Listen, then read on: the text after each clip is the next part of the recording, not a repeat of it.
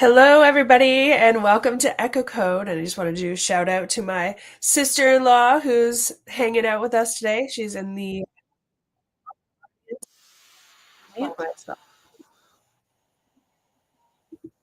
probably hear me on the other side there. There we go. You know, all the things you learn while you're in YouTube Live. So this is EchoCode. It's where we begin learning, or if you know already, get really deep on what that actually means. We are echoing a code, and that code is reflecting in our reality to show us what our code actually is.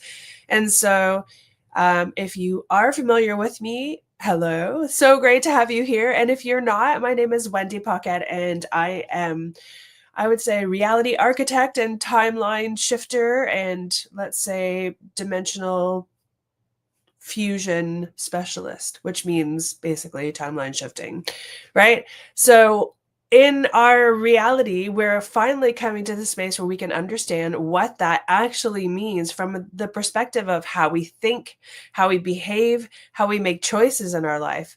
And so EchoCode Live is really just to have that conversation. And for the coming weeks, for however long we get to be blessed with my amazing friend Jason, he's going to bring in the element of astrology. And astrology isn't something that I do personally, like in my work for others and with others. I don't teach it, I don't do it, but I do know that, and as Jason has reminded me, the planets are the one thing that never changes in our reality, because wouldn't that be weird, right? Yeah, we're made aware of maybe new bodies out in the celestial heavens, but it is literally the sun, the moon, and the main planets. And because of that, astrology is a new way to understand, or maybe not a new way, but a perspective on how to understand who we are and how we navigate through this reality. And the more tools, the better, I would say, because the more we can understand our identities, what we've chosen as our identities, and some of the staple things that we came in here with based solely on our birthday, time, year, and location, we know ourselves from a different perspective to make decisions that are best suited, right? The more information we have about ourselves, the easier it is to understand how we're getting to where we want to be and maybe what we really want in this reality. I mean, this is the age of transparency where we're learning so much about the world and ourselves and those around us. It's also this same reality that we've always been in, that the opportunities for change are still in existence. So let's begin from the space. I'm going to invite Jason up, and we're going to do some really cool astrology. In fact, we've chosen someone to do a reading with to understand herself better. But before that, we're going to have a conversation around programming, what that looks like in our reality, and what this work actually does. And when I say this work, I mean timeline shifting or reality dimensional fusion, meaning we're taking the dimensions and using them together. We're using multidimensional space or fifth dimensional space in 3D and third dimensional reality to navigate this amazing world. So let me bring Jason up so that we can have some more fun, you guys. And my encouragement to you is in the chat on YouTube there, make some comments or open up the chat and add yourself in and start making positive moves towards understanding yourself better by asking questions. That's what we're here for, to play in this space where we can answer all those great things and support you to know yourself better. So welcome, Jason. Hello, hello, hello. How are you? I should say welcome back. Yeah. And thanks for hanging out with us. So what is shaking? Anything shaking in the world these days, as far as, I mean, generally where we're at this stage of the month of September, the beginning of September? Are there anything that you've noticed? Because this is a field that you are Yeah. astrologically Well, led, right? here's the thing, as far as that type of thing is concerned. Yeah. A lot of, if you go to YouTube and you look at a lot of the astrologers, that particularly the Western astrologers, and I would be on their side. I'm not a Vedic astrologer, but to the Indian stuff. Yeah.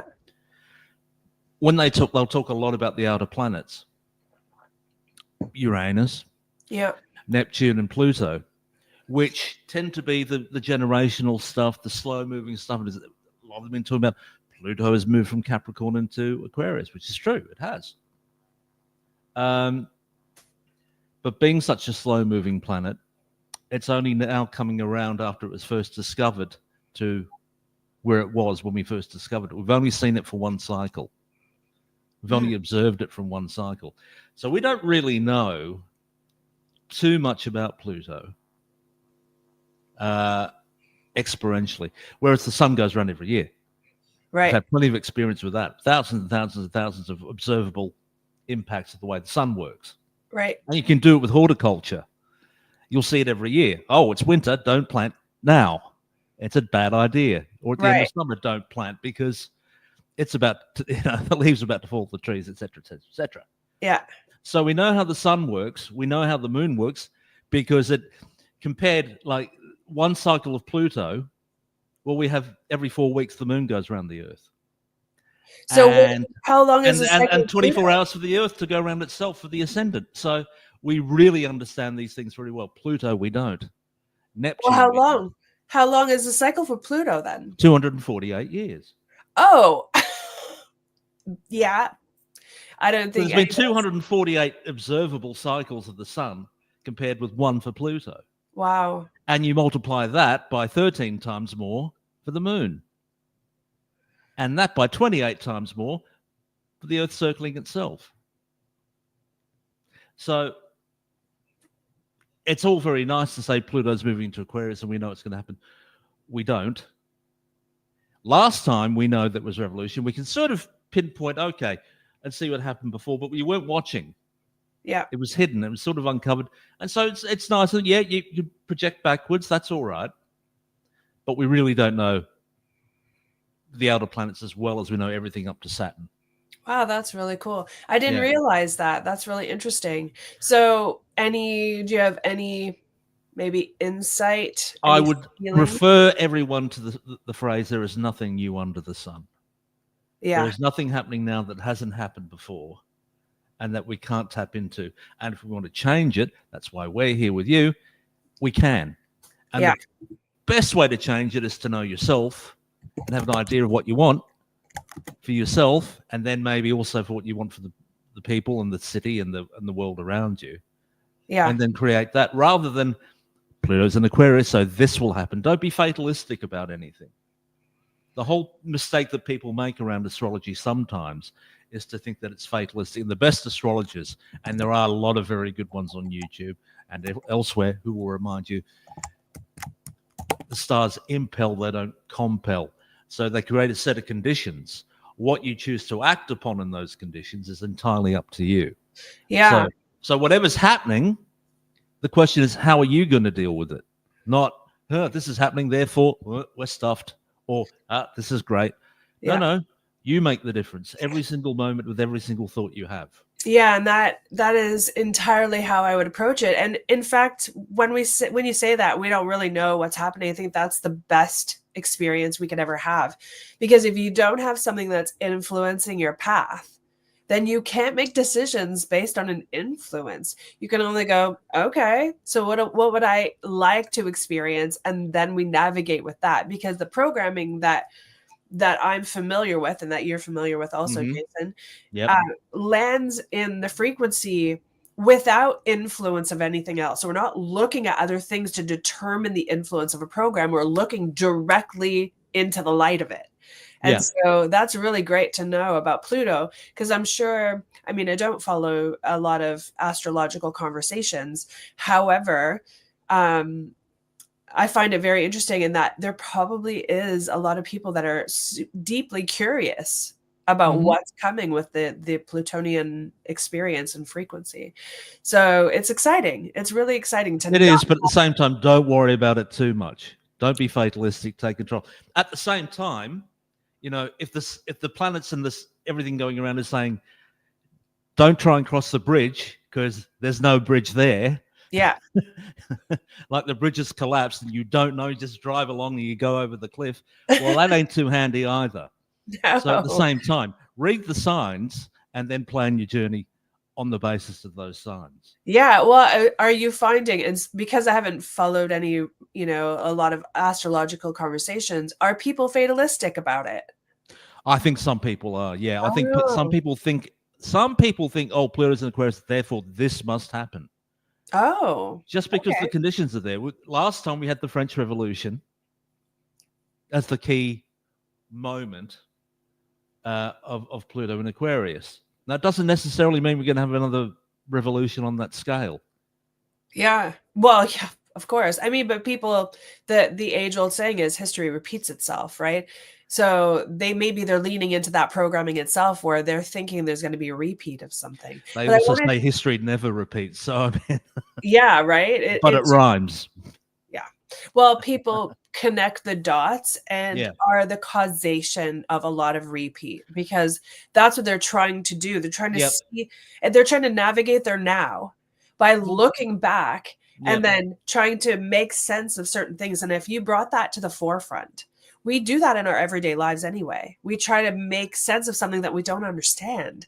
And that makes it really difficult to navigate from, I would say, a free perspective, meaning I'm after what I'm after for the experience of it. And it doesn't get to be influenced by other things except for my chosen influences within myself.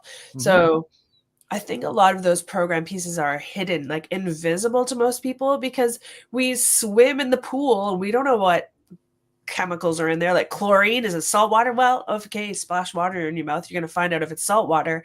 But what else is in that pool? We don't really know, because we're swimming in it and we trust that it's safe, right? And when I mean safe, I mean we can be swimming in anything, but if it's a public pool or a private pool, you're swimming in it because other people are also.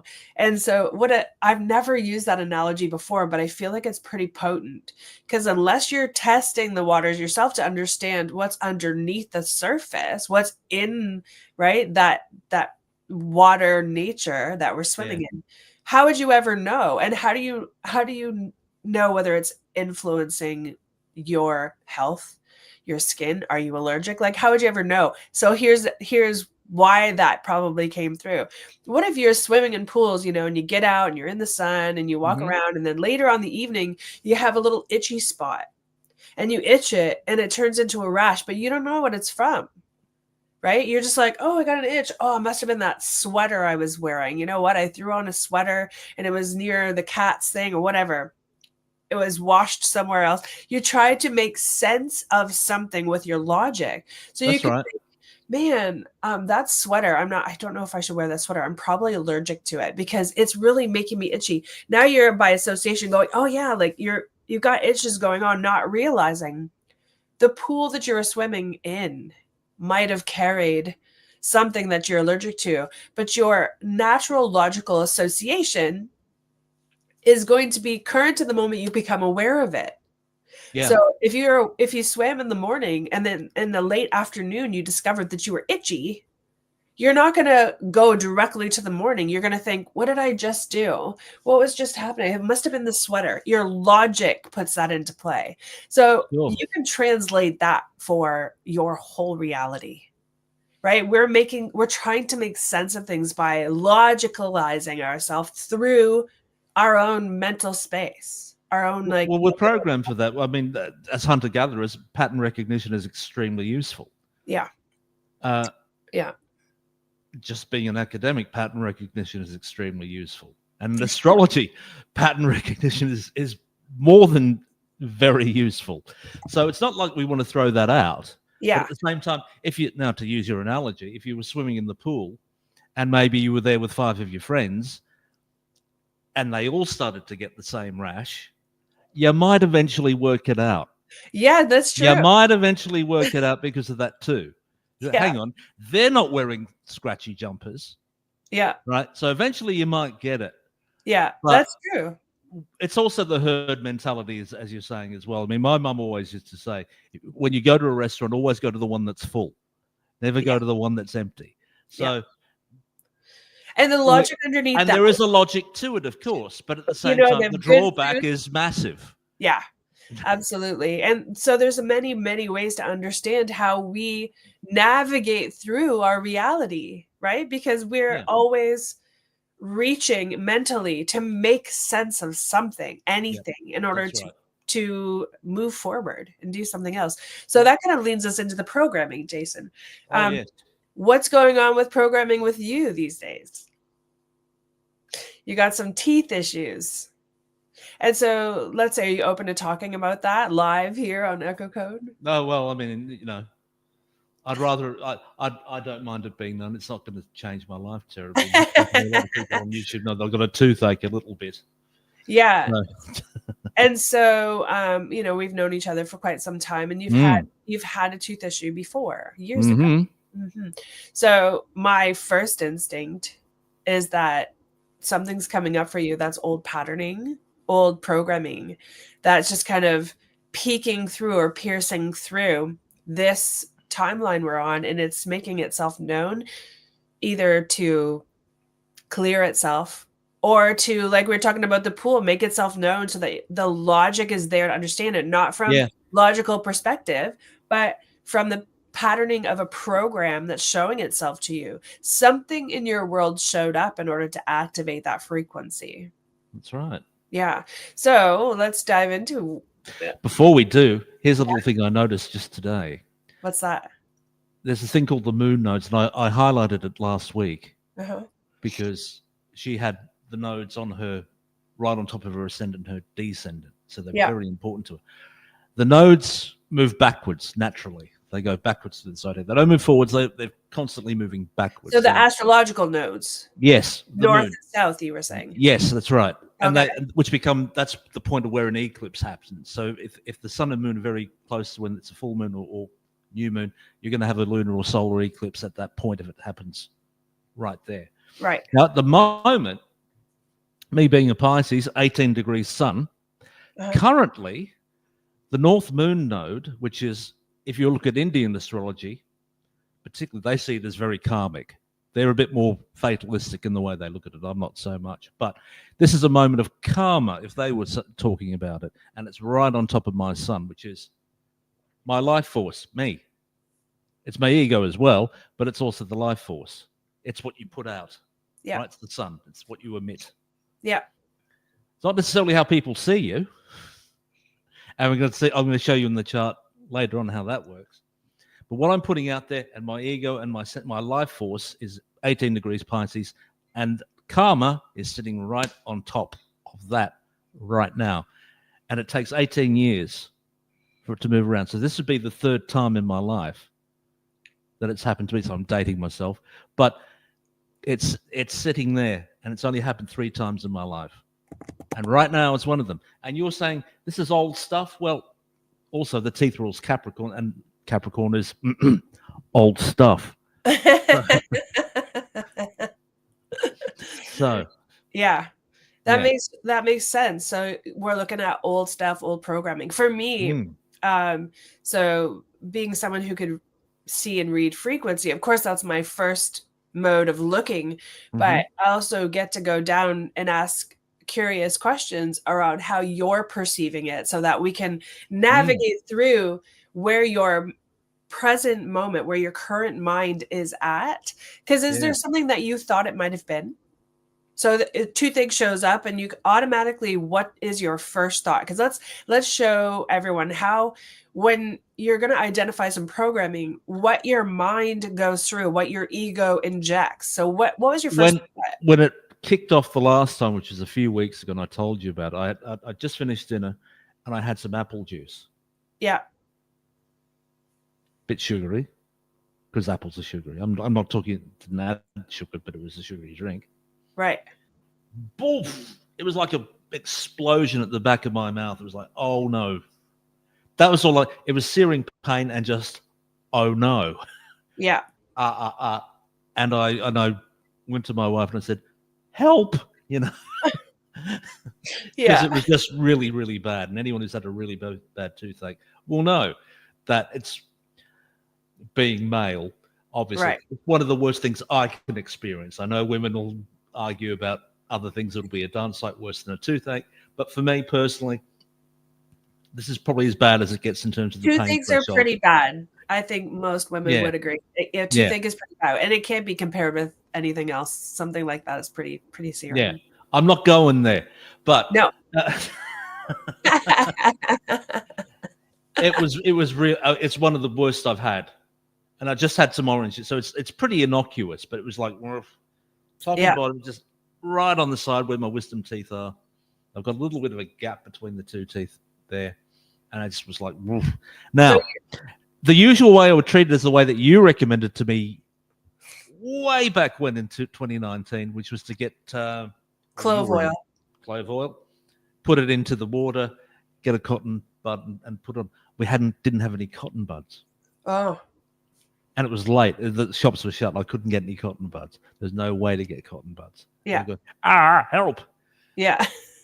I won't go into the details of the argument. We had an argument. Anyway, so I was up all night because I didn't have any way to treat it properly. Yeah. And so I lost the nights. It was just horrific. And then finally, the next day, God knows why I waited, got cotton buds, and it started to improve. Now, didn't fix it because I've been getting it intermittently. Yeah. Since then. Yeah. Of course it didn't fix it. So did you say you drank orange juice today and it kind of reactivated? Is that what you said? No. Okay. I heard you say you had apple juice and then you said... I had apple. No, I'm talking about... Yeah. Originally. The apple juice. So, kicked it off. And for anyone who doesn't know, cotton buds are Q-tips. In okay, all right. North America, they're called, we call them Q-tips. Cotton buds, I the logic is there, so it makes sense. But it's a cute way of saying it. So originally, there's multiple things there because you could see where your logical mind would go. You went immediately to that was a sugary drink. Where I went energetically, what I saw was it was a childhood trigger. There's a childhood trigger there. It wasn't your logical mind said, "Oh my God, like sweet, explosion in my mouth and my body's rejecting it." What I immediately experienced was a childhood, something in your childhood that actually happened that is associated with apple juice itself. I want to say like something in that realm, but more importantly, that was just the first impression that I got with it. After that, diving into the programming around what that could be, Jason, is more it was the learning of what that was. So let me just look a little bit. Are you okay if I go in and go on. Show everyone what we do. So I'm just going to go into, and when I say go into, I'm able to see and read frequencies. So I get to open up with permission, the spaces where programming exists in Jason here or anyone we're looking at, and see where the program's running that is in the way of a peaceful experience. So what I'm doing is I'm actually looking in the programming space for Jason. And like way back, we could go into the spaces where this is where astrology kind of connected with you, Jason, and myself, is where I would see the programming of a Plutonian nature, which is a collective, and a Uranian nature, which is an individuated. And what that means is in the individuated space, there would be programs that were chosen specifically by you, Jason, or anyone, right? The individuated space or the programming map for the Uranian stuff is all individuated. The Plutonian map shows collective programming. So when I go in to see what triggered your toothache, most people would automatically attribute it to there's a cavity, I ate something, or it's been growing. Like they would go logic around all of it, which is, there's nothing wrong with that, but that's the logic of it. Energetically, it's been activated with frequency. And so the frequency itself is showing something just slightly different than that. So what I'm looking for in Jason's programming is what running program would be so activated that it would trigger an actual toothache. first of all, anyone looking at this in the same way as I would be, the first thing would be like the sugary drink was your first logic. Mm-hmm. So, of course, that was the first thing that we heard you say. And then I was hit with the family stuff, like growing up. So, if something happened in your childhood, but it's deeper than that. It's something that your mind decided in a moment where either you had experience, or maybe you had a toothache and you drank a cold apple juice, and that apple juice actually triggered a toothache, but you logicalized it out, coupled with maybe it was your mom saying, don't drink that stuff, or maybe you didn't want to drink it, or you always wanted to drink it. There was a push-pull friction with apple juice. Now, being a child, that could make sense because, there's only so much apple juice mom's going to give you. And if you're wanting to drink it all the live long day, she might be like, listen, you're drinking all the apple juice. We have an entire family to drink apple juice. You're drinking it all, right? There's something else there. So when I look deeper into that, just to be informed by it had a too much to it, a too muchness, right? A frequency of too muchness. And you associated it with apple juice because that was the physical experience, but it also, because it's programmed, translated to everything, a too muchness in everything. Yeah. So let me just peek around here. Can I just get you to pause? I'll tell you something. Yeah, for sure. It's not apple juice itself. I'll tell you what my mum used to say. What'd she say? She used to say, I won't let him drink Coca-Cola. Why? Too much sugar. There you go. But lemonade's fine. That's all right. Yeah, of course, right? Because it's got real lemons in it or something. Well, no, it's just it's not as bad. Yeah, that was her logic. I mean, look, she's no longer with us. That was the way that she was thinking. Or she'd give me this. She'd give me milk. This thing called Del Rosa, which was a sugary rosehip syrup drink, and she put it in the milk. That's fine. And then she put this thing called glucodin on my cereal, which was a pure form of sugar.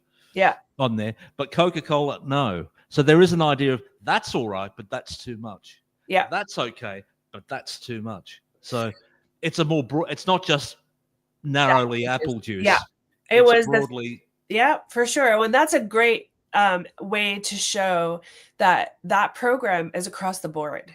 Mm-hmm. Once you buy a program, and by buy a program, I mean when you align with something, when you decide something energetically in terms of frequency, yeah, and allow it energetically, you are then buying the program, meaning you've then activated a program to run based on your decision.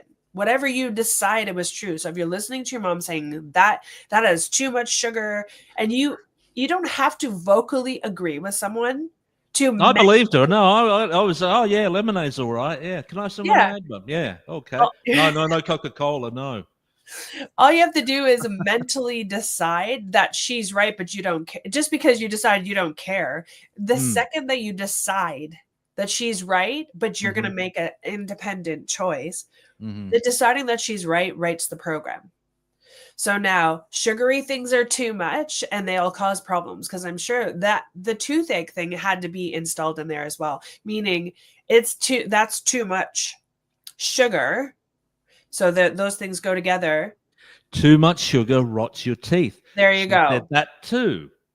So that all of that becomes relevant in that the program bought is too much sugar rots your teeth.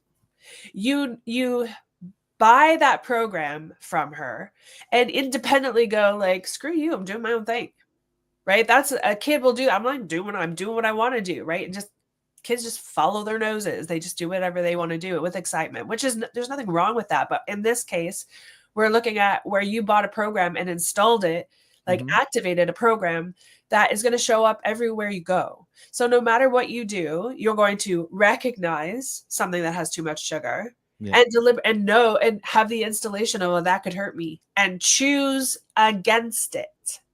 Now, there's multiple things that happen with that, Jason. One is now you're choosing the programming, which must make it true.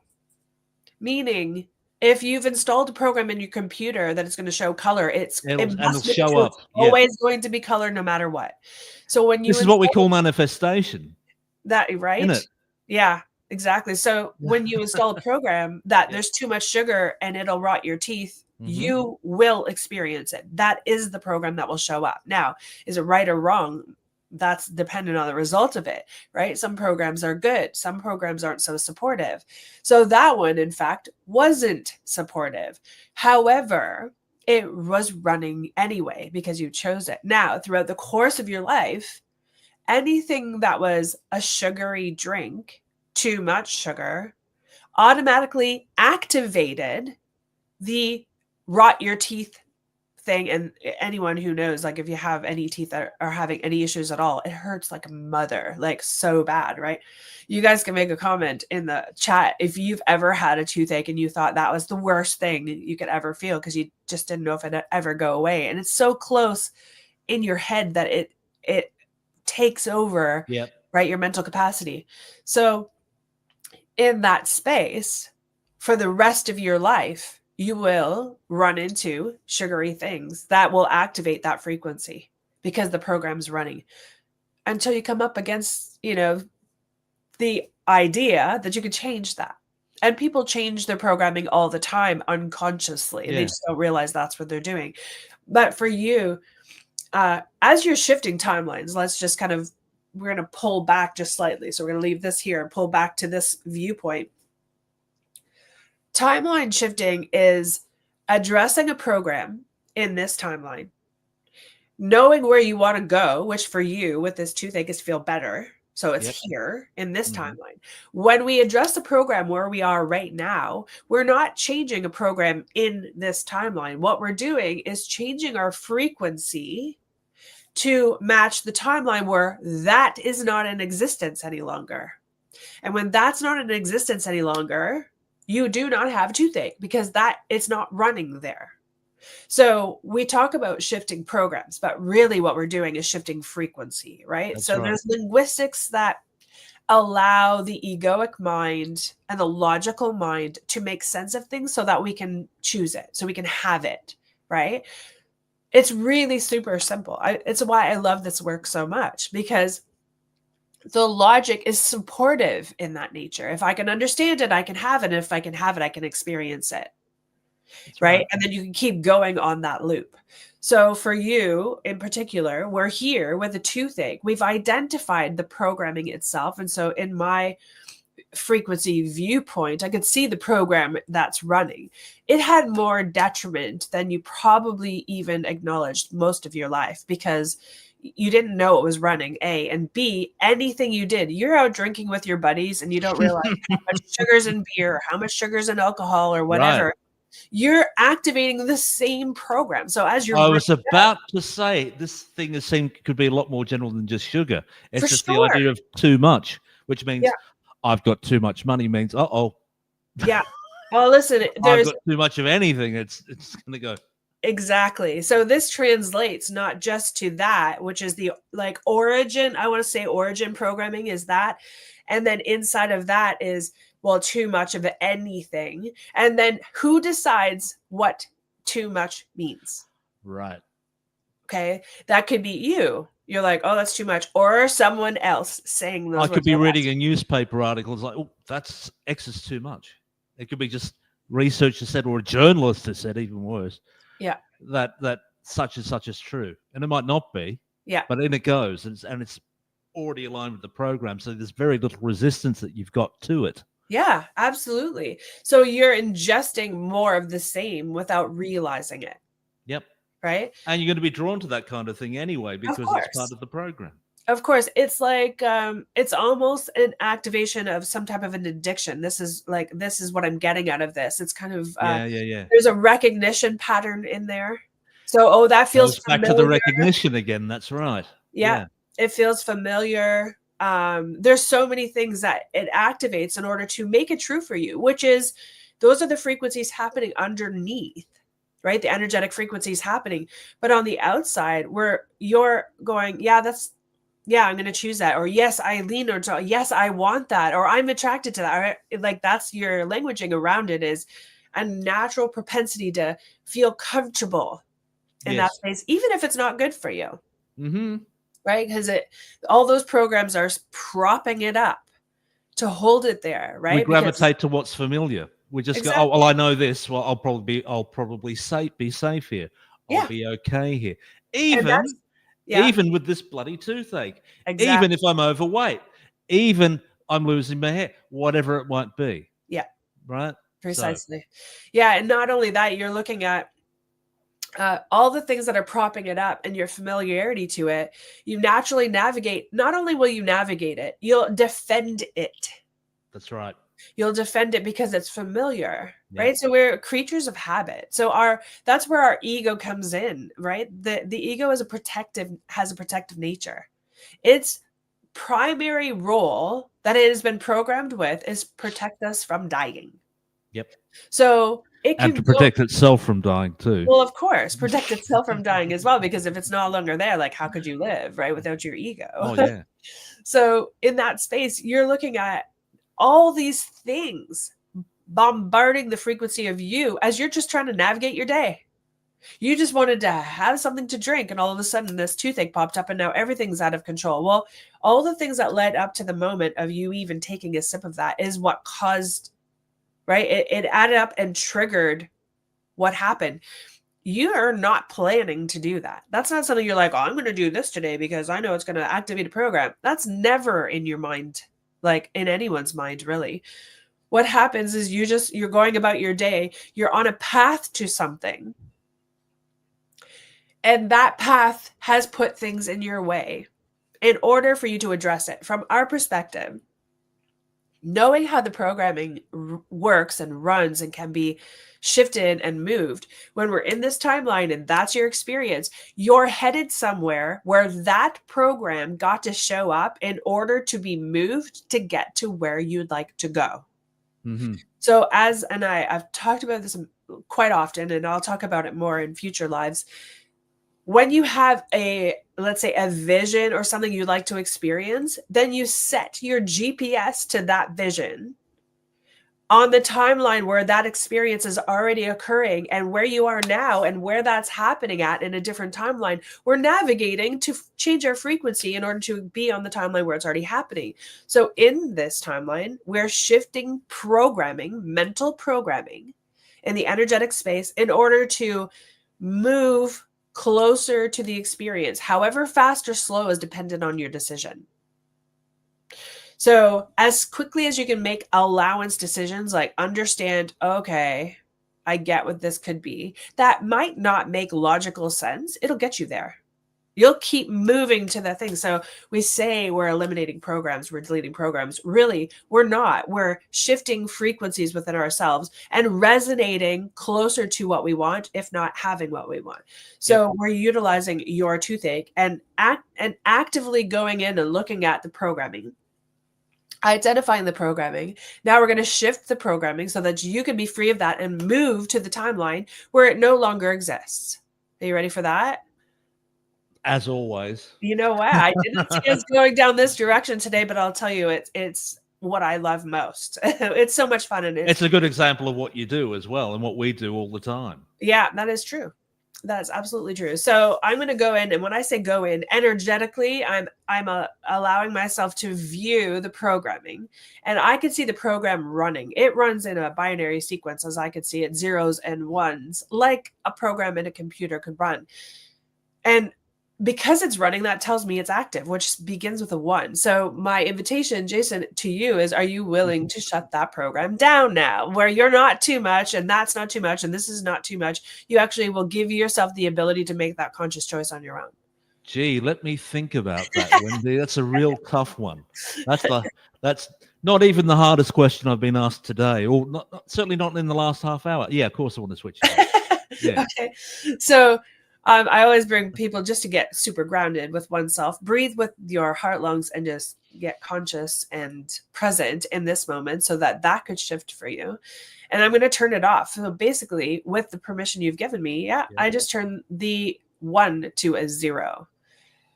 You know me, what happens when this happens. Yes, you get the energetic experience of it shifting. Yeah. Yeah, for sure. And I used to get that for years before I moved through it in a different way. So what happens when I shut a program down is that it kind of backs itself out until it's done. Yeah. But it is done and it is off and it is gone. And how do you know? Well, you'll experience an energetic aligned shift from the timeline that you're on to the timeline where it's no longer So happening. effectively what we've done is actually, because that 0 is there instead of the 1, we've shifted a timeline, which is very, very close to the last one. Yeah. Because we've only shifted one little binary part of a code. Yeah. But it's just over here. Yeah. It looks, if you look at the background and we're still on the broadcast, it all looks the same, except no. Yeah. We've The shifted. planets are where they were. Planets are 100% still where they were. And that was the origination of this. So as you've shifted to that timeline, we'll check in later to see how your toothache is faring or the lack of it on this timeline, because that's where we shifted from, that piece of it. See if there's anything left going on in there. Mm-hmm. And in the meantime, see how that ties with when you shift a timeline, you're still seeing a lot of things that look very, very similar because we're on repeat. Right? Mm-hmm. We're on repeat frequency. And as you shift to some of them, a lot of the stuff still looks the same until it doesn't. Right. And I've experienced that many times. So the planets are the one thing that in this reality are not going to change. I mean, we've explored this before, Jason, you and I, we could go way out there where everything is different. The planets are different. There's more than one moon, or there's more than one sun. There's more than one everything. We could go either way. But right now in this timeline, the planets are the same. So let us put it in people's minds. If you were to shift to a reality where the dinosaurs still exist on the planet, there was no extinction of it, and we're not here and the dinosaurs are, that's closer to where the planets are in a different position. Yeah. Yeah, because they're still there. We're just not addressing them in the way we are now. Yeah.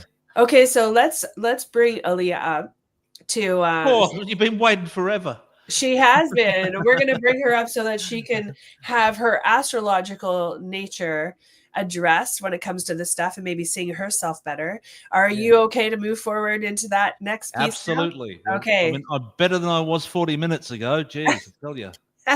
So good. I'm so happy to hear that.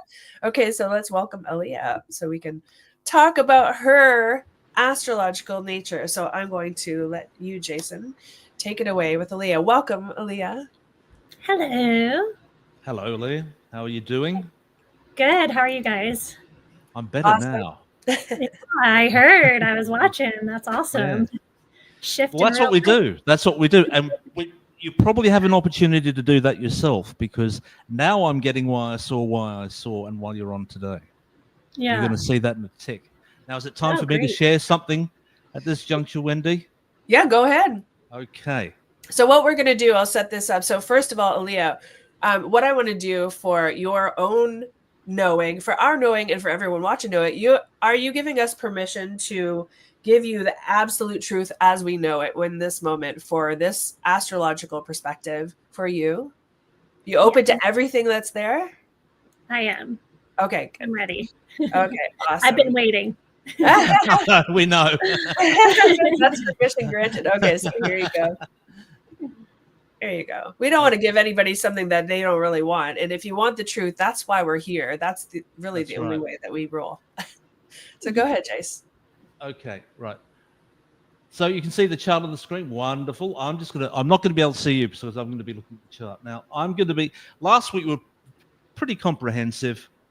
I'm not going to be as comprehensive this time because something just came up at me and I can just see it sticking out like a sore thumb when I think about it. Or intuitively. Yeah. Okay. So now you won't know what it means, but I've got hovering over here as the ascendant. Now, like last week, it's a Capricorn ascendant as well. So again, it's a Saturn rulership. So we've got Capricorn rising, the ruler of Saturn, and Saturn is up here in the 10th house of your chart. It's in Sagittarius, and it's forming an opposition to the moon. I don't know if you can see that red line going through there, and the blue crescent shape down there is your moon, opposited in Gemini. Now, because of the direction of travel, it's not a particularly strong aspect, but you'll see why it matters soon. Now, the other thing that is important here, you've got the rulership there, but hovering in your 12th house, connected with that 10th house, is Mars. And Mars is in Capricorn, so it's the same sign as the ascendant. It's a fair way away, so it's not having a direct effect. But that is directly opposite your sun. And your sun is in Cancer in the 6th house. Okay, now what does all that mean? Well, that's the most important thing, not me telling you all, here's a sign and there's a sign, da-da-da-da-da. No. The important thing is your ruler sign being Saturn in the 10th house means that my wife has a similar placement, the Saturn being in the 10th. A few prominent people had Saturn in the 10th house. You can be quite driven to succeed in life with Saturn in the 10th. And it's a little bit like my toothache in a sense that you just can't help yourself. Even if you wanted to slow down, you probably can't. It's just sort of, nope, got to get up, got to keep on moving ahead, working hard, just move forward. The old Donald Draper idea, keep moving forward, right? We move forward. Now, it's in Sagittarius, so Saturn isn't exactly comfortable there. Sagittarius is a sign that likes to take it easy. It wants to relax. It wants to explore the world. But with Saturn sitting there saying, hang on, before you have a good time, knuckle down. And then you can earn that. You're not getting that for free, sunshine.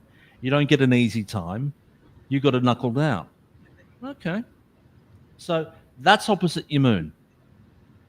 Now, your moon you've got 2 points of life. I mentioned the nodes over my sun at the present time. Your life expression is in the 6th house. So you serve this Saturn very well in life because you're the type of person who just says, okay, get down and work hard. Get down and work hard. So they're in alignment, even though they're not an aspect. It's like, okay, I got to get ahead. Best way to do it, work hard. The moon is what you reflect to people. And I think I mentioned this when we were a couple of weeks ago. You're actually a funny person. You do have a sense of humor. Yeah. But because maybe you're working so hard and you're holding it back, it might not come out as much as it could. But there is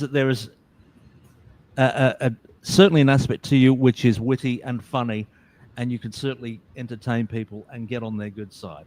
No question about it. You might be the kind of person who's often in 2 minds or appear to be in 2 minds and may be indecisive to some people. Mm-hmm. Your nature isn't actually like that, but that's what you will reflect to people. But my concern is that you're not having as much fun and expressing yourself as much as you could. Now, the rule of your 10th house is Scorpio, which is not the most fun sign of the zodiac, I've got to admit. That is also pretty, right, let's just get on with things. It's very purposeful. It's also quite emotional, but it keeps those emotions in check. And its ruler is Mars in Capricorn, which again is just work. Opposite your sun, which is actually quite nurturing. Cancer is the sign of the mother. It's the sign of the female aspect of our ego. Leo is the male aspect. The female aspect is Cancer, and you've got the sun there. So your life was actually quite nurturing. You want to support, and you want to help. But your Mars is hang on, we got to look after number 1. But you don't notice it as much because it's in the 12th house. Yeah. Now the 12th house is an interesting one. It's unseen. This is the bit where you either connect with the 5th dimension or the bit of you that is buried psychologically deep inside. So this drive to work hard, unfortunately, with your sun in the 6th, it means that's also the sign of health. It's health and labor. It's one of the weak houses, as is the 12th. If you work too hard and you don't take time out, you can overdo it. Now, I've got a case in point is my own wife. She used to work in recruitment, and she ended up doing her neck in. Just repetitive strain injury on her neck and on her wrists. She just overdid it. She'll never work in an office again, unless we shift it. So the danger for you, and this is why I'm going straight to it, your health is at risk because you work too hard, or you're just too driven.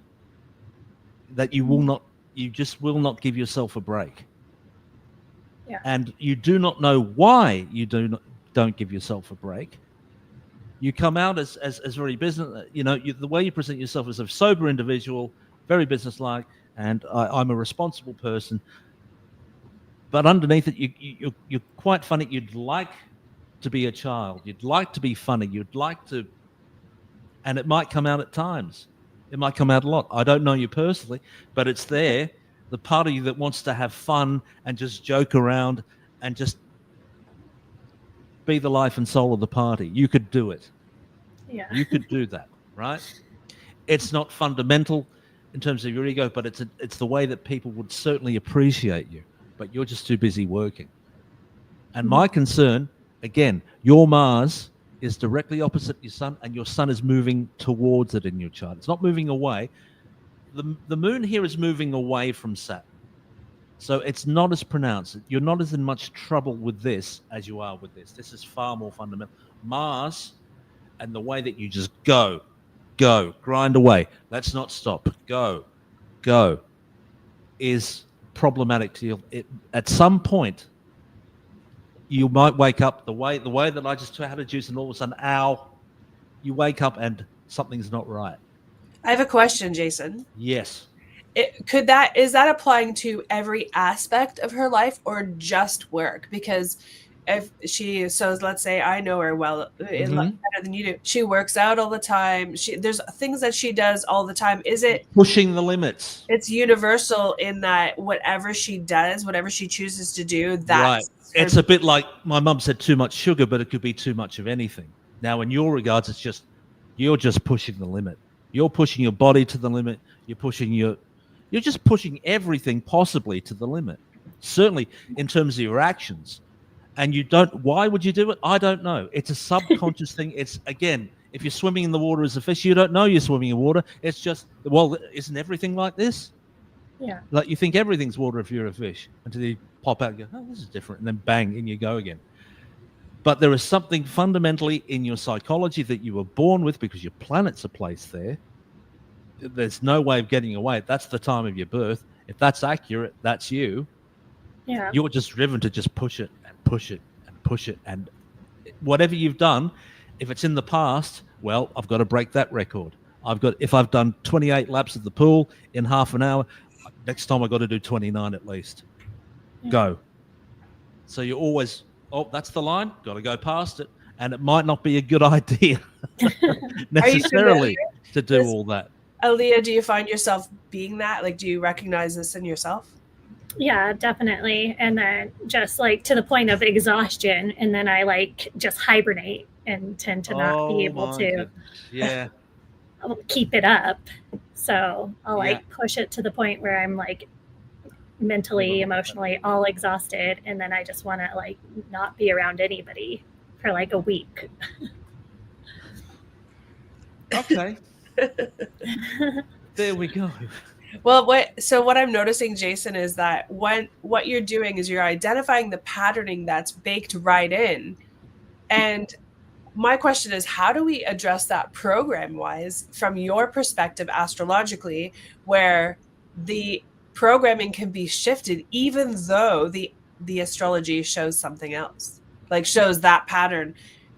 What does that look like from your perspective? Again, it goes back to what we were saying at the beginning. If you know that the bridge is out, don't drive over the cliff. Yeah. Mm-hmm. And what it's saying to you is if you keep going along this road, at some point you're going to run out of road. You're either going to hit a wall or you're going to go over a cliff. But at some point, that will happen if you keep doing that.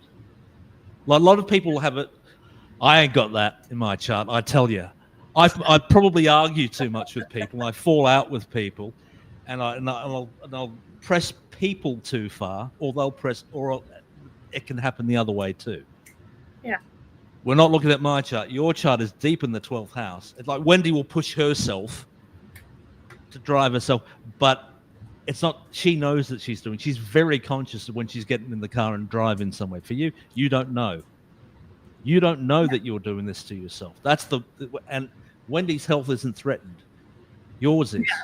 It's as obvious as can be. Mars, opposite your sun, the actions that you take, deep psychologically, which is just grind away. And that nurturing Cancer shell, underneath in that shell, you're nice and soft, where you can hibernate and get away from the world and just pull in the eyes and just look out and say, I'm not doing it. Yeah. At some point, what happens when that shell cracks and you can't, you've got nowhere to go, right? So thankfully, we're doing prevention rather than cure, which is way, way better. Now, here's where the astrology is really useful, Wendy. Now that we know what's hiding in her psychology, we can see what's hiding in there. Yeah. It's now revealed. It's no longer hidden. We can, you and I can see it. Yeah. And reveal it to you. You don't know what's driving this, Aaliyah. It could be something that you were just, even before you were born, it might be a family trait where we just work hard and that's it. Or the town that you were born in, or, you know, just being American. We work hard and we don't take holidays because that's what it means to be American. I don't know. I'm not American. Yeah. I didn't grow up with that. It could easily be something you just see on the TV. Americans working hard. I don't know. Right. It could be anything. It could be the family, whatever it is, it's there. Bang. I work and I push and I push and I push. Now, Wendy, what you can do, that frequency is in her timeline. Right. You will be able to spot it now. And if you want to, Aaliyah, this is why we're not doing quite what we did last week. Right. You can go into that now and just say, let's turn that sucker off and let's find a way of making, one, you're aware, say, you know what? I've done 30 laps of the pool. I don't need to go any further. My heart rate's just fine. You know what? I'm feeling, I'm exercising. I'm feeling a bit tired today. You know what? Let's just give it a miss. I was swimming laps the other day in the pool and I was just so tired. I was thinking, you know what? I've done 12. I don't need to do another lap. I'm stuffed. And I got out of the pool because it was counterproductive. It wasn't helping me doing it another 10 laps. But there was something within you will just go, nope, got to do it. Break through the pain barrier. Do. Over to you, Wendy. So what that is, there's a lot of mental training that suggests that you're because your mind is so powerful, you can push yourself beyond the limits that even you could imagine that you could hit. So it's more, I don't know if you've heard that before, Aaliyah, or not, where you're like, oh yeah, well, your mind's what stops you. Just push through the thing. And what they're saying is that your mind is what's driving your body. But I'll tell you something, your body will shoot you a big finger when you drop and can't function. And you're like, well, wait a minute. They said that, it's your mind getting in the way. What's missing in all of that maybe they don't articulate well enough, which is the program that causes that, I want to say, blindness. It's like mental blindness, is awareness. Mm-hmm. It's a deep conscious awareness of the bridge that connects those two things, right? Yes, it's true. The mind drives everything because without it, you're not making choices. You're not aware of things. You're not moving in any type of mental direction. However, the physical body is what gets you there, right? And so in particular, when you're working, right, and you're pushing your mind to do something, what the pieces where the lack of awareness, like the place where for you, I'm just looking into the awareness in there. It's like it's a unconscious choice to ignore the awareness, ignore it. So what that means for you, Aaliyah, is that and you deliberately move it out of the way. Is that true? Yeah. It's like, oh no, I'm not, no. Like you deliberately press the ignore button. It's like your phone's ringing, phone's ringing, phone's ringing. You're like hitting ignore the whole entire time because you're like, no. The problem with that is the awareness isn't, okay, so it's nuanced. Hold on. Let me just grab a hold of the actual articulation here. I'm not suggesting you're not self-aware, but what I know, the programming that's running is that the drive, and I want to say comes from the physical like training space of your mind is more powerful. Just use your mind to just push through the pain, right? Yeah. That's somewhat where that comes from. But because it's a program, it translates across your life, which is why you can work too hard. You can do too many, you can keep going until you drop, because that program of just ignore the pain, ignore, what gets in the way and push through. That's the piece that will get you into trouble, because your awareness isn't allowing the data to come through like, hey, it's you've passed your limit of pushing through the pain. This isn't just like, let me translate it different. Some people they carry lazy programming. Yeah. And so some people could be lazy and be like, I can't, like, I'm not even going to run like 15 steps across the block. I'm not doing it. I'm just not doing it. It's not that they don't have the energy. It's not that they don't have the capacity. It's not that they like couldn't choose to do that for their own health, but there's just something that's like, I'd rather be sitting on the couch watching Survivor, right? That's different because you don't have that lazy programming running. Oh, God, no. No. Yeah. You have the exact opposite of that, which suggests the same thing. Right. I don't want to do that, and I'm going to ignore that. Oh, I'm just going to go. It's the exact opposite, in that you're ignoring the things that are actually going to hurt you. Now, both aspects could hurt you. Being lazy could hurt you if you require like movement, if your body and your blood's getting stagnant and you're finding yourself, being having health issues because you're not maybe getting enough oxygen or sun, or you're not moving, or something in your world, like you're just not moving. It's detrimental to your health and everything else, because you're not actually moving. Like, who knows what else is not happening. You have the exact opposite, where it's go, go, go, go, go, go, go, go, go, and ignore the parts of you that are saying, hold up, your body has exhausted every last ounce of energy, and this is going to permanently hurt you, or actually hurt you in some way where maybe you're going to break a toe, whatever. I'm not even remotely putting that into the field. But what I'm saying is, if you miss that one aware moment and that program is going, I'm going to override that, that's how you get hurt. That's how things happen. That's how you get to the point of exhaustion where you're probably find yourself lucky to recover some days. Like, you've pushed yourself so hard, you're like, I don't even know if I can get out of bed. And you get out of bed at night to have dinner and go back to bed. Yeah. Yeah. So this self-aware program is masking your high performance limitations, your high performance peak, I should say, right? You can train yourself to be better, but that's different, right? Someone that's training for the Olympics isn't training to the point of they're hurting themselves. Or if they're training for, some type of like I don't even know what they would writing their thesis and handing, something in the mental space. They're not doing it until they can't function any longer. Yeah. There's an awareness there where you go, okay, this is good. I'm good. Today, I'm good. And carrying the high performance nature with yourself along the way. Right. Right? Mm-hmm. That self-aware piece in there that says, ignore that. Don't listen. Don't even look. Don't listen. Yep, it hurts. Yeah, it really, really hurts. Just keep pushing past it. Right? It's that silent push that's detrimental.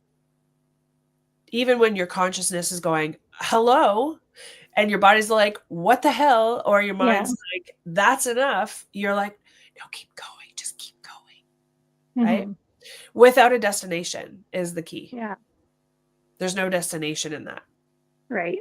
Does that align? Are you experiencing yourself Like, Yeah, I could see. And that's where I feel like I've had the desire to have a set goal, like signing up for a 5K or signing up for a High Rocks or something. It's like, why am I pushing myself so hard with Yeah. no end goal? And it just feels like I'm spinning my wheels and then I'm in bed at like 7 p.m. And it's like, Precisely. Yeah. Which So, means you're not actually having fun. no. You're supposed to have fun, by the way. Your Jupiter's in the second house. You should have lots of Yeah. money to have fun with. I You can think go out about and having fun. Moon and Gemini. mental Yeah, you space. think about it, but you don't do. Yeah. Your Saturn does. Yeah, you can think about it, but don't do it. So if Yeah. you did that with the amount of work you did, Mhm. that would be the answer. You got to do the same thing you do with fun, Yeah. and do it with just pushing yourself. You say, right, that's enough of pushing myself. I'm going to go out tonight, or I'm going to watch Netflix. Whatever it is that's going to make you go to Hawaii. Whatever it is. Yeah. And just say, you know what? I'm going to just lie on the beach and I'm going to look at the horizon, and I don't care. Yeah. And I'm going to drink my coconut, whatever it is that you want to drink. That is fine. That is sitting in your chart saying, you want to have a good time? You've got the resources to have a good time. Yeah. And you've got the personality to get on with people and put Right. a smile on their face. Yeah. And there's nothing that would make you more happy than putting a smile on people's faces Yeah. and having them like you. Yeah. Because that's Moon and Gemini. You want people to like you. Yeah. Awesome. So what do you want to shift to program live, Aaliyah? Let's do it. Sure. Let's do it. Let's do it. Let's go. Okay, so I'm just going to go in and look at your programming. So you give me permission to play in your field of energy. I do. Okay. Okay, so when it comes to your programming, and we're going to speak specifically to this. So that's why this whole, conversation around astrology is it. So we're looking at the planetary thing. So what Jason showed us, which is your nature based on that, the planets and the things that don't move, but it's also programming. And so your experience and your reality is displaying the programming that's detrimental, let's say. All of it's programming. But the good stuff is great. The stuff that gets in the way of our general well-being and at an extreme level in particular, that's the stuff we want to shift, even though maybe the astrological nature where the planets are causing issues from that perspective. And I say astrology, but really is it cosmology, where it's the cosmos themselves, like all the stuff that's happening in the cosmos are what are indicating on the astrological chart. So it's basically boiling it down and showing it to you. What we're doing is we're getting both sides, what the nature of your programming is causing, and then what's actually happening. Right. We're looking to walk in the space of now, okay, we can have these integrated and be highly self-aware. Yeah. So if we know that's our nature, we get to make choices based on knowing that. And awareness is 100% of the key a lot of the times, right? When you know something like, oh, pretty tough to forget it unless you have a program of like, oh, I'm not going to remember that, which happens to some people also. So for you in particular, you're already recognizing where that could be detrimental because you could see your own pattern, right? You can see where you're like, oh my gosh, I don't have a destination. I should have one. So you're already trying to show yourself something. You get exhausted and you want to hide, and yet you still want to have fun. You think about fun, but you're not choosing fun. So that you're showing that that's matching up. All the stuff we've been talking about is matching up. So now I'm basically going in and asking the programming to show itself to me. It's almost like when you go into AI and you're asking it a question like, show me blah, blah, blah, or, tell me about this or create this, whatever. When I go in, I'm mentally asking, like, show me the program that is specific to this behavior that's getting in the way of your highest potential in this timeline right now. Because where we want to go is having a higher awareness so that there is no detriment to your experience in this reality. So where we are right now is that doesn't quite exist in this moment. You're becoming aware of it, but we're going to shift it so that you can't, like, you're going to move to the timeline where it exists, right? So what I'm asking specifically for is the frequency that shows up that's blocking that experience, that's keeping you here. Yeah. Right. And then I'm reading that. So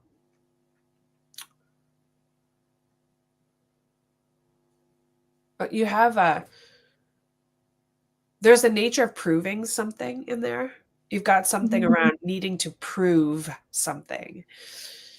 So I think that's what's driving this in particular. It's driving the unconsciousness of it, like the proving that I can do it, the proving so that I know that I can do it. I prove it so somebody else knows I can do it. So there isn't anything I can't do, and I'm going to prove it.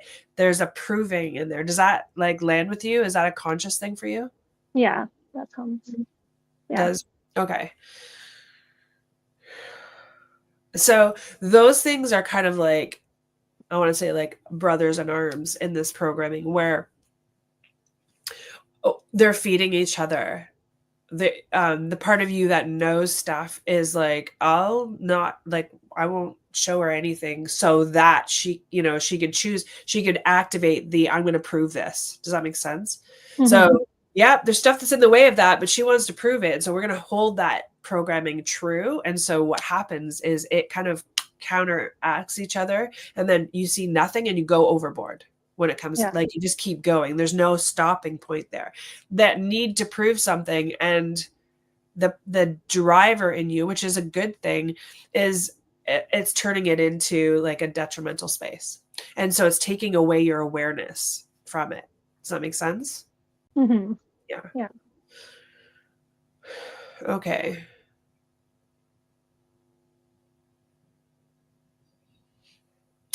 Particularly, there's something about not just you knowing it, but other people. It's more for other people, which is even more detrimental. Right. Because you'll go past what you think you need to know about yourself in order to prove yourself to someone else, and that's where it hurts. That's where it gets in the way. Does that land? Yeah. Yeah. All right. So basically, I'm going to pull all those frequencies together. I'm just looking to see if it has like a core word to it. It had the frequency itself. I'm just kind of pulling it apart and looking at all of it, but it's there's one program that holds it all together, like a master program, I would say.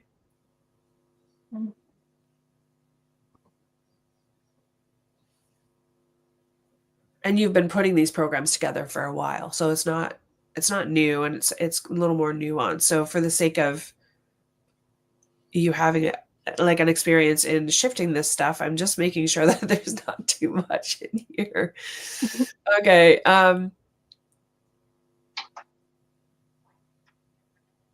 Okay. So the main program so basically collectively what I'm asking is what would be most supportive in this moment and not have too much of a frequency illness on the other side, like not too much detox nonetheless, but not like to the point of like what the hell's going on. It's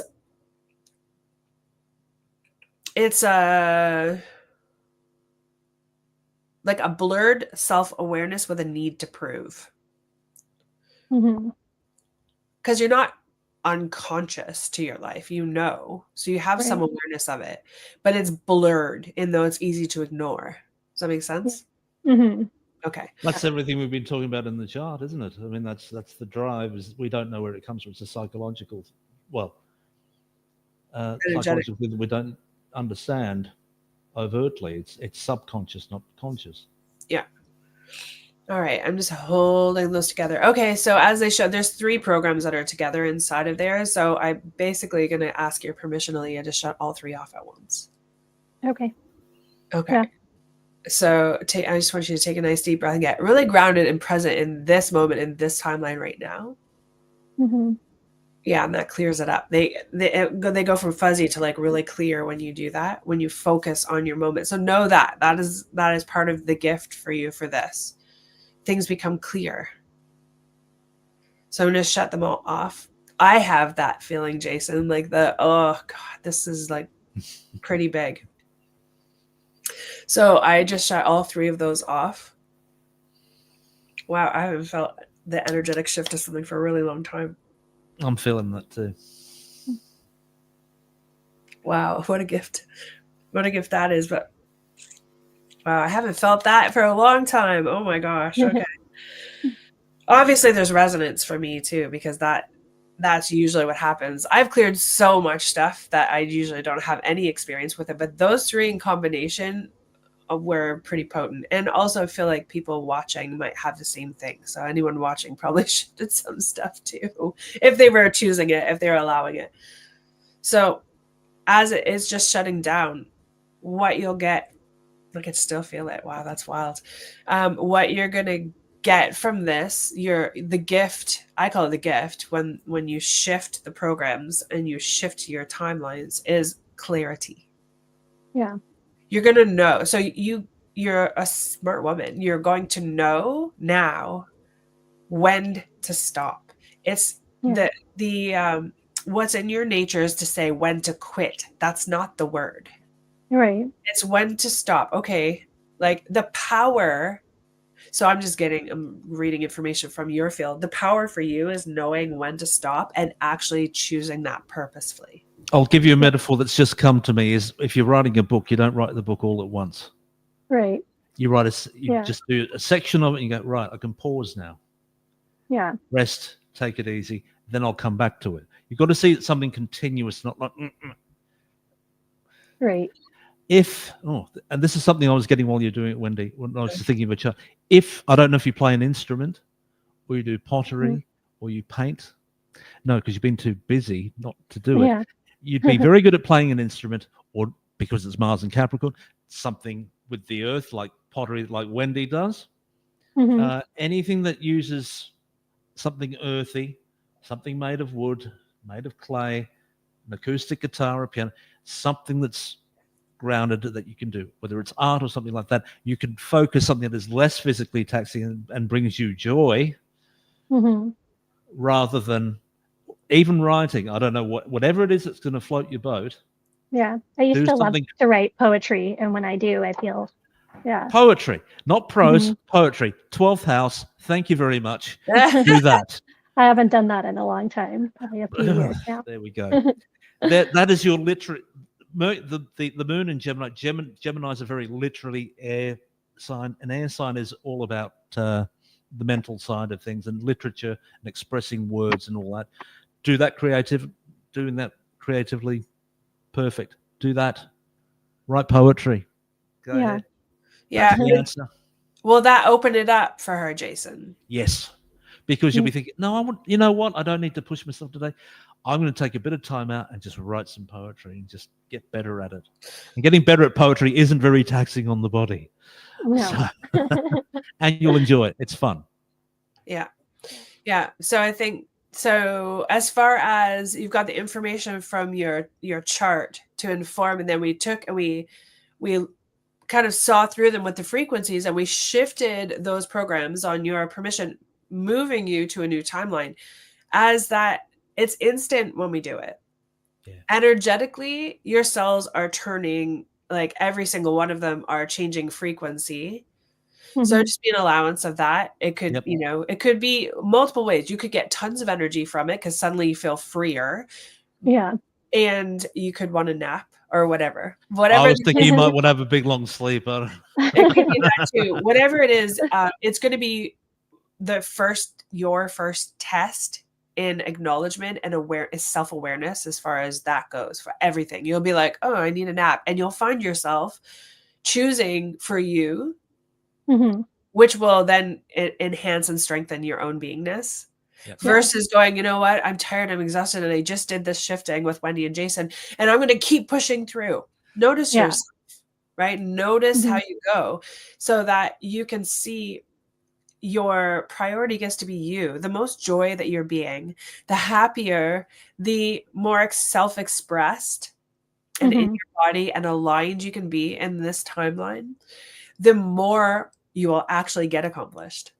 The more you will succeed, the more will arrive in full alignment, because without it, it's like a slippery slope.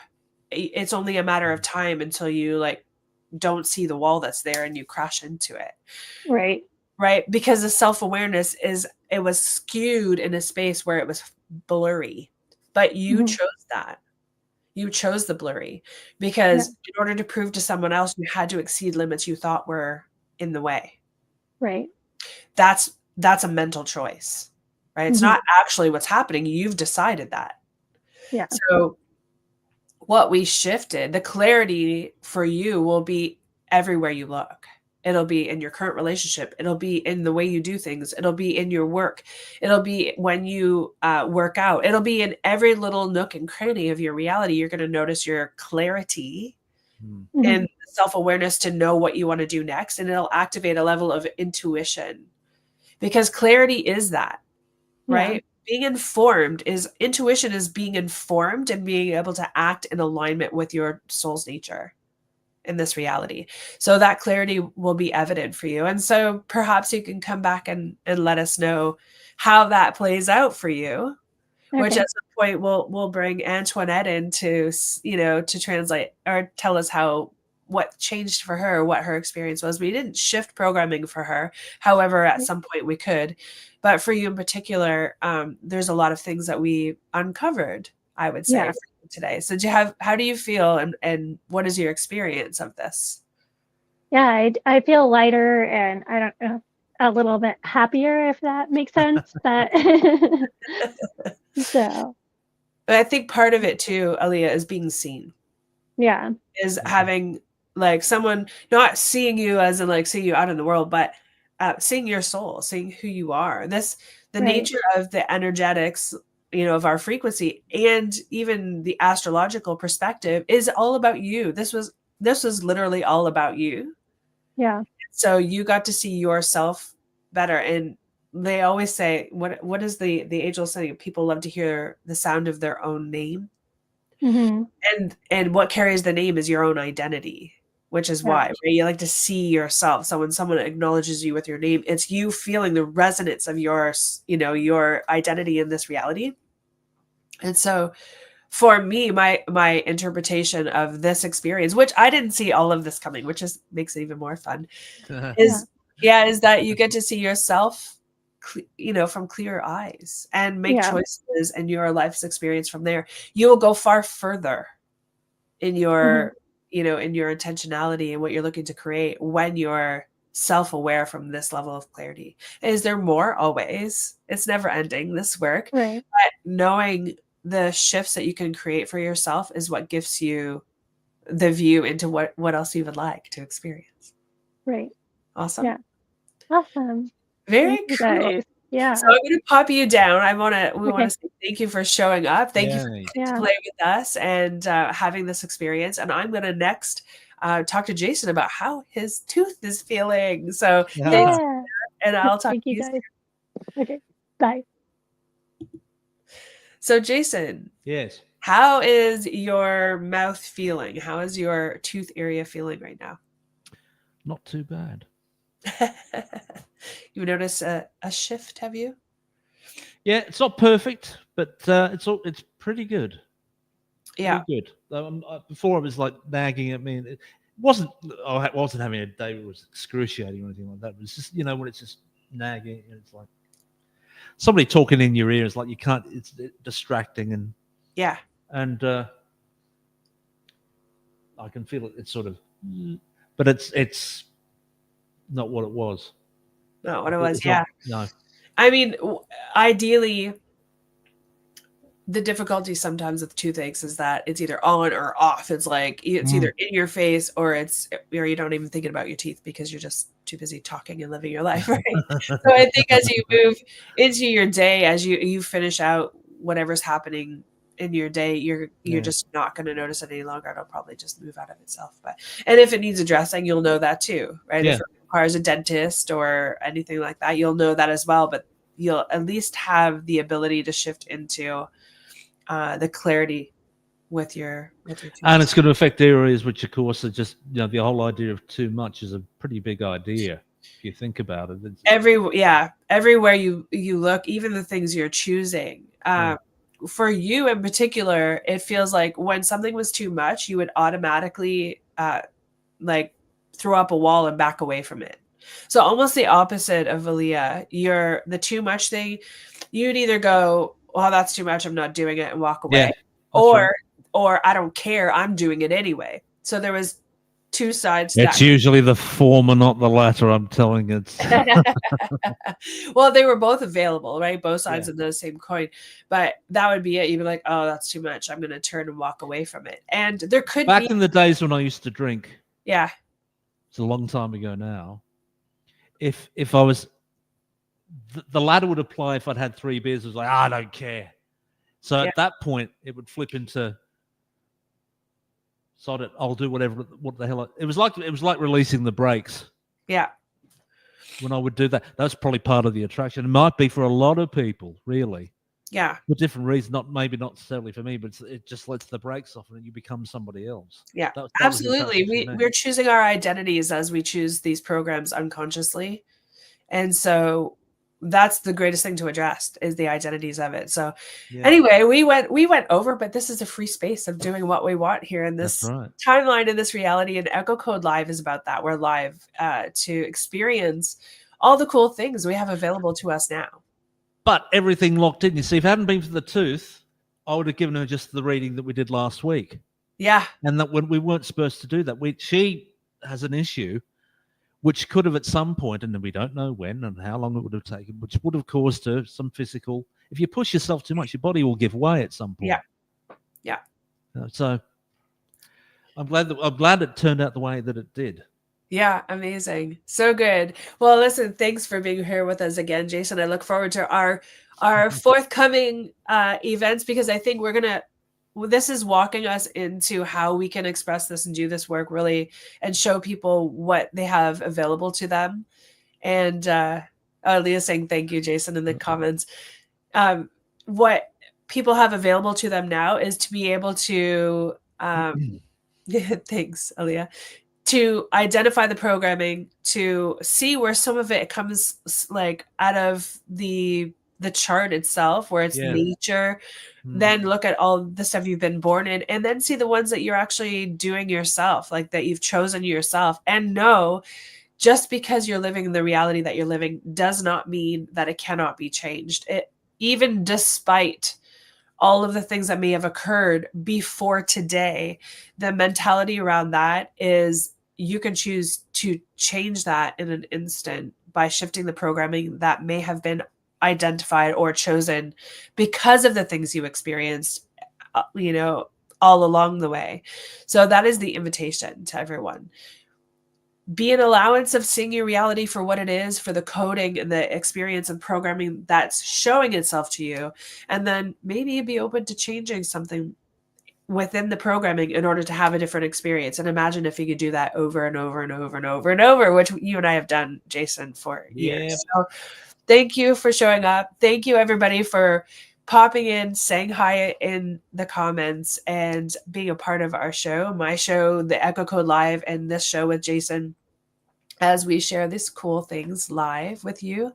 And hopefully we see everyone again and share with your friends. So hit the like button and subscribe to the channel and come back and play with us, because we would love to have others come on where we do this work and, shift timelines as we go. So thanks for being here. We'll see you next week, Thursday at 9 a.m. EST. Have a great one.